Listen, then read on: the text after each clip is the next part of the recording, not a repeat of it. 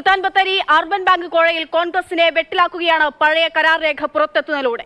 Bank നിയമനത്തിന് ഉദ്യോഗാർത്ഥിയുടെ പിതാവിൽ നിന്ന് 30 ലക്ഷം വാങ്ങിയതായി കരാർ. ഒപ്പിട്ടിരിക്കുന്നത് ആത്മഹത്യ ചെയ്ത NM വിജയൻ. അന്നത്തെ DCC പ്രസിഡന്റ് IC ബാലകൃഷ്ണന്റെ പേരും കരാറിലുണ്ട്. പ്രതിഷേധത്തിനൊരുങ്ങുകയാണ് CPM. കൈകൾ ശുദ്ധമെന്ന് ആരോപണ വിധേയനായ MLA IC ബാലകൃഷ്ണൻ. 11 മുതൽ 15 വരെ 5 വർഷം, 16 മുതൽ 21 വരെ 5 വർഷം, 10 വർഷം. ഇപ്പോൾ 21 മുതൽ 24 3.5 വർഷം കഴിഞ്ഞു. ഇന്നും നീതിപൂർവമല്ലാതെ അഴിമതിക്ക്, കൊള്ളയടിക്ക് ഒന്നും കൂട്ടുനിൽക്കാത്ത വ്യക്തിയാണ്. മാത്രമല്ല 2016 എൻ്റെ നേതാക്കൾ, കേരള ബ്രദേഴ്സ് കോൺഗ്രസ് കമ്മിറ്റി എന്നെ വയനാട് ജില്ലയുടെ കോൺഗ്രസ് കമ്മിറ്റിയുടെ നേതൃത്വ സ്ഥാനത്ത് പ്രസിഡൻ്റായി നിയോഗിക്കുകയുണ്ടായി. 5 വർഷം നീതിപൂർവം തന്നെയാണ് പാർട്ടിയെ വളർത്തുന്നതിന് വേണ്ടി, പാർട്ടിയെ സംഘടിപ്പിക്കുന്നതിന് വേണ്ടി, തെരഞ്ഞെടുപ്പിൽ നേരിടുന്നതിന് വേണ്ടി അഴിമതിയില്ലാതെ സുതാര്യമായി ഞാൻ നേതൃത്വം കൊടുത്തത്. അല്ല, അതല്ലേ ഞാൻ പറയുന്നത്. എൻ്റെ അടുത്തുള്ള രേഖകൾ വെച്ച് ഇപ്പം വ്യാജ ഒരു എഗ്രിമെൻ്റ് ഞാൻ കണ്ടു. ഏതൊരു പീറ്റർ മാഷ്.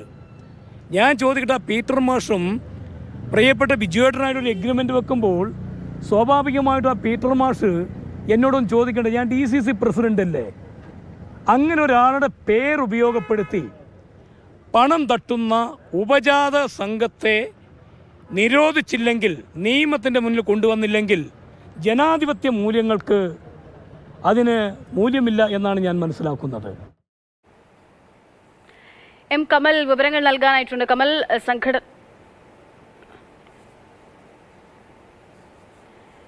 DCC പ്രസിഡന്റിന്റെ പ്രതികരണം കൂടിയുണ്ട്. അതിനുശേഷം കമലിലേക്ക്. വിജയൻ്റെ മകനും കൂടി മരണപ്പെട്ട സാഹചര്യത്തിൽ എന്താണ് അതിനുള്ള സാഹചര്യം എന്നതിനെ സംബന്ധിച്ച് KPCC തലത്തിൽ സമഗ്രമായൊരു അന്വേഷണം നടത്തും. അതിൻ്റെ വസ്തുതകൾ എന്താണെന്ന് വെച്ചാൽ നമ്മൾ പുറത്തു കൊണ്ടുവരാൻ ശ്രമിക്കും. അക്കാര്യത്തിൽ പാർട്ടിക്ക് ഉത്തരവാദിത്തമുണ്ട്. ആ ഉത്തരവാദിത്തം നമ്മൾ നിറവേറ്റി മുന്നോട്ട് പോകും. വിജയൻ്റെ മരണം പാർട്ടിയെ സംബന്ധിച്ച് വലിയൊരു ആഘാതമാണ്.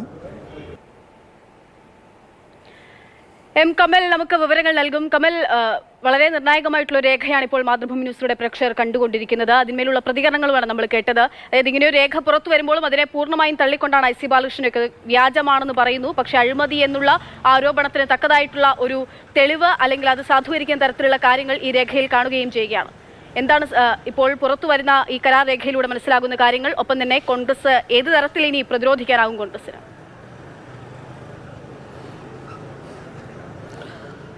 അക്ഷയ, ഈ വിവരങ്ങൾ, ഇതുമായി ബന്ധപ്പെട്ട കുറേ വിവരങ്ങളൊക്കെ മുൻപ് തന്നെ പുറത്തു വരികയും വിവാദമാവുകയും ചെയ്തിട്ടുള്ളതാണ്. അതുതന്നെയാണ് IC ബാലകൃഷ്ണൻ MLA പറയുന്നതും. പക്ഷേ ഈ ഉടമ്പടി, ഇതിൽ ഒപ്പിട്ടിരിക്കുന്നത് ഇപ്പോൾ ആത്മഹത്യ ചെയ്ത NM വിജയനാണ് ഒപ്പിട്ടിരിക്കുന്നത്. ഈ ഉടമ്പടി ഒരു പീറ്റർ മാഷുമായി ഉണ്ടാക്കിയൊരു ഉടമ്പടിയാണ്. അതിൻ്റെ ഒറിജിനൽ അല്ല പുറത്തു വന്നിരിക്കുന്നത്. അതിൻ്റെ ഒരു ഫോട്ടോസ്റ്റാറ്റ് കോപ്പിയാണ്. പക്ഷേ കൃത്യമായി മുദ്രപത്രത്തിൽ എഴുതി തയ്യാറാക്കിയ ഒരു ഉടമ്പടിയാണ്. അതിൽ ഈ ഉദ്യോഗാർത്ഥി പീറ്റർ മാഷിൻ്റെ മകന് ജോലി നൽകാൻ വേണ്ടി 30 ലക്ഷം രൂപ DCC ഖജാൻജി എന്ന നിലയിൽ കൈപ്പറ്റുന്നു എന്ന ഈ NM വിജയൻ അതിൽ ഒപ്പിട്ടിട്ടുണ്ട്. ഇത് DCC പ്രസിഡന്റായിരിക്കുന്ന IC ബാലകൃഷ്ണന്റെ അറിവോടെയാണെന്നും കരാറിൽ പറയുന്നു. മാത്രമല്ല, ഏതെങ്കിലും തരത്തിൽ ഉദ്യോഗം ലഭിക്കാതിരിക്കുകയാണെങ്കിൽ ഈ പണം തിരിച്ചു നൽകാമെന്ന ഉറപ്പുകൂടി ആ കരാറിലുണ്ട്. അതിൽ അന്നത്തെ DCC പ്രസിഡന്റിന്റെ ഒപ്പോ മറ്റു കാര്യങ്ങളോ ഒന്നുമില്ല. പക്ഷേ അദ്ദേഹത്തിന്റെ അറിവോടെയാണെന്ന് ഈ കരാറിൽ എഴുതിയിട്ടുണ്ട്.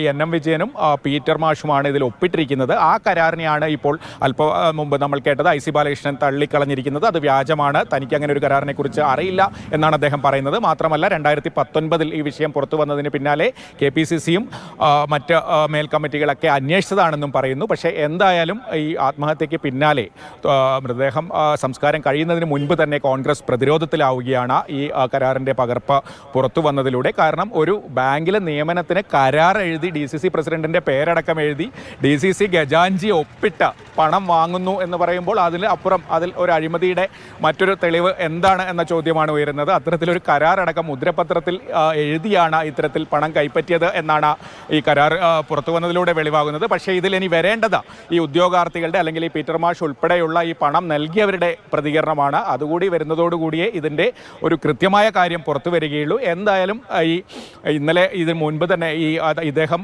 വിഷം കഴിച്ച് ആത്മഹത്യക്ക് ശ്രമിച്ചപ്പോൾ തന്നെ ഇതുമായി ബന്ധപ്പെട്ട കാര്യങ്ങളൊക്കെ ബത്തേരിയിൽ സംസാരമാകുന്നുണ്ടായിരുന്നു. പക്ഷേ ഒരു പ്രതികരണമോ അതിൻ്റെ രേഖകളോ പുറത്തു വന്നില്ല എന്നേ ഉള്ളൂ.